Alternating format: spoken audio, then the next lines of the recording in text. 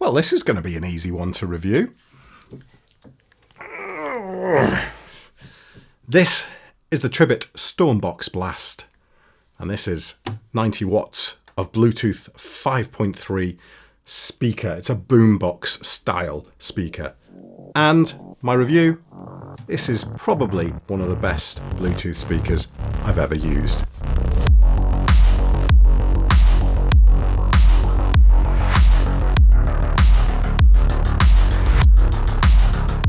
I appreciate that this video is probably going to sound like a sales pitch. I can assure you that it isn't. I was sent this speaker for review, so no, I have not paid for this speaker. But I promise you, I really like this speaker, and if I didn't, I would tell you that I don't. But this, from Tribit, is the kind of Bluetooth speaker that you want to spend your money on. This retails at about £189, £200, and so I guess it's not cheap, but it performs. It's well built. It's IPX7, which means you can theoretically drop it in the water. It's a bit on the heavy side, 5 kilos, so you don't want to be walking around with this, but it's really nicely made, and the casing feels solid. And although when I first saw this, the marketing photos made me think, oh God, that looks really tacky. You know, these lights down the side here, which I'll just show you briefly. I'll turn it on and quickly show you the lights. I just thought, they just look a bit cheesy, you know, a little bit tacky, but really, once you get this thing in your hand, because it is so nicely made, you just forget about it, and you put it on mode 3, which turns the lights off because they are essentially pointless. And there you go. Job's a good one. It is just a really solid speaker. It sounds great, and I've used this in my kitchen. I use a Sonos 5 Gen 2 in my kitchen, and I have just plonked this in front of it and just said, right, you are replacing the workload of that speaker, and it has done it admirably. I have used nothing but for the past 2 or 3 weeks since I received this speaker. It can be charged at the back, and I suppose you could see this as a bad point because you can only charge this up via a main C7 lead. So you need, if you're out sort of camping somewhere, or you want to take this out and about, you will need some sort of mains inverter to actually get sort of 240 volts or 120 volts into this to charge it up. However, it has 9 18650 cells in here with a capacity of something like 79 watt hours. This has a 30-hour battery life. That's what they say, and I believe it. Reason I believe it is because I use this for a few hours each day, and I just never have to charge it. Since I got it, I think I've charged it once, which would make sense, actually, because, yeah, I've had it for about 3 weeks, and yeah, 30 hours would be 15 days, wouldn't it? So that would make perfect sense. You just hardly ever have to charge this thing. Volume-wise, I've only ever taken it to half volume because any more would just be obscenely loud. It is crazy loud, this thing. So it has passive radiators on the side as well, which don't fall apart and go all flexy and weird when they get warm.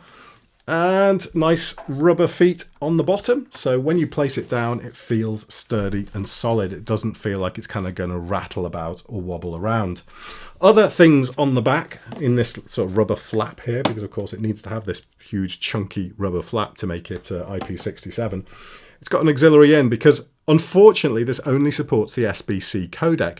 I haven't really noticed any kind of poor sound quality on this at all. However, it does only support the SBC codec, so no AAC here and certainly no aptX. So it does have an auxiliary, a 3.5mm auxiliary in, so if you want to get the kind of slightly better quality from a direct wired connection, you can use that. There's also no phone support either. There's no speakerphone. That's not what this is trying to be. It's trying to be a speaker, a boombox. If you had a boombox in the 80s, would you have had speakerphone support on it? No, you wouldn't, would you? So honestly, you don't miss it on something like this. There are better devices to get that have speakerphone support. And then because of that massive battery capacity, it has a USB-C power out as well, so you can charge devices from there. As you would imagine, connecting the Tribit Stormbox is really straightforward. Just turn it on, press it quickly, powers up, go into your Bluetooth setting, and you should see at the bottom Tribit Stormbox Blast there. And one thing I have noticed is it's really, really fast at connecting. Once it's paired and you turn this on, it will find your phone and connect within probably, a second, 2 seconds maximum. So really, really, really simple to connect. There is an app, of course, that goes with it, as you would expect. It's this orange one here with a TR written on it. And it does ask you for a login, actually, but you can bypass that. And you can see immediately on the screen, once you've added your device, you can get the battery percentage there. So mine's currently at 77%. I can go into that now and just change the lighting mode through there, the volume, and forward and back through tracks. Then I've also got my equalizer as well. I've got it set on X-Bass. If I turn that off there on X-Bass, I can set it to any one of these, or I can customize it and go into a customized EQ setting instead and make changes across the whole spectrum from 50, 100, 200, 400, 800 and 1.6K right up 3.2, 6.4, 12.8. So a full, how many bands is that? Is that 10 band? 1, 2, 3, 4, 5, 6, 7, 8, and 9 band, interestingly, I think. 9 band graphic equalizer, but fine. It's more than many. A lot of manufacturers just give you like 3, maybe 4 bands to play with. But I find that X-Bass is generally fine. It can be a little heavy on the bass if it's right up against a wall or so, but generally it's absolutely perfect. And then in the settings, you can change the device name so it'll show up as something different on your phone, and set auto hibernate settings and auto shut down settings. And if you wish, you can upgrade the firmware as well. So yeah, so the bad things, what are they? What have I mentioned there? Yeah, so the mains in's possibly bad. The Bluetooth codec is possibly bad. It's a little bit on the heavy side, but I like that. The way I'm using this speaker, I like the fact that it's heavy, but depending on what you want to do with it, you might find that a speaker like the Anker Motion Boom Plus is so much lighter than this. Might do you better if it's something you want to carry around. And it doesn't have any kind of shoulder straps. I quite like the shoulder straps on the Anker. Shame about the sound quality though, because this beats the Anker hands down as far as sound quality, build quality, general feel, just the whole product. So yeah, as far as these lights go, well, let me grab my phone here, play you a sample of some music and just show you what the lights do on here. I've got a million emails that I haven't read. Got a break past weekend that I gotta check, but I don't mind it. Well, clearly this is the no lights version. God,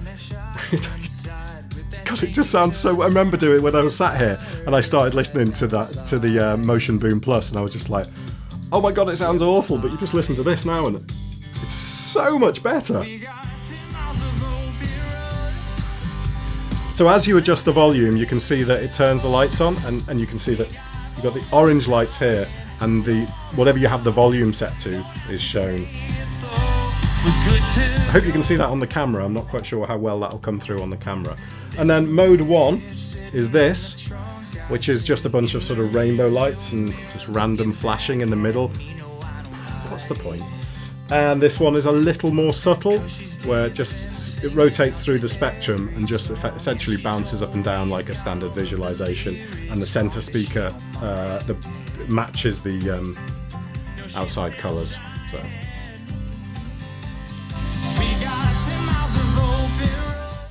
And there we go, that's what happens when the music stops. But basically, I just use it like that all the time because they will consume some power and they're just not necessary for what I want to use a speaker for. I don't buy a speaker to have RGB lights on it, but they are selling it like that. I'm just looking at the box over there and it says brighten up your party.